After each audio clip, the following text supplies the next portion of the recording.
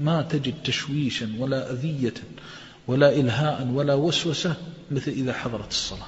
ولذلك تجد الشيطان قعد للإنسان بالرصد في هذا الحق العظيم، لأنه يعلم أنه إذا استقام أمر هذه العبادة أن العبد يستقيم له أمر الدنيا والآخرة. صلاة صلة بين العبد وربه، صلاة مفتاح الخير والبركة، وقد يسجد العبد فيها سجدة فيرفع منها كيوم ولدته أمه.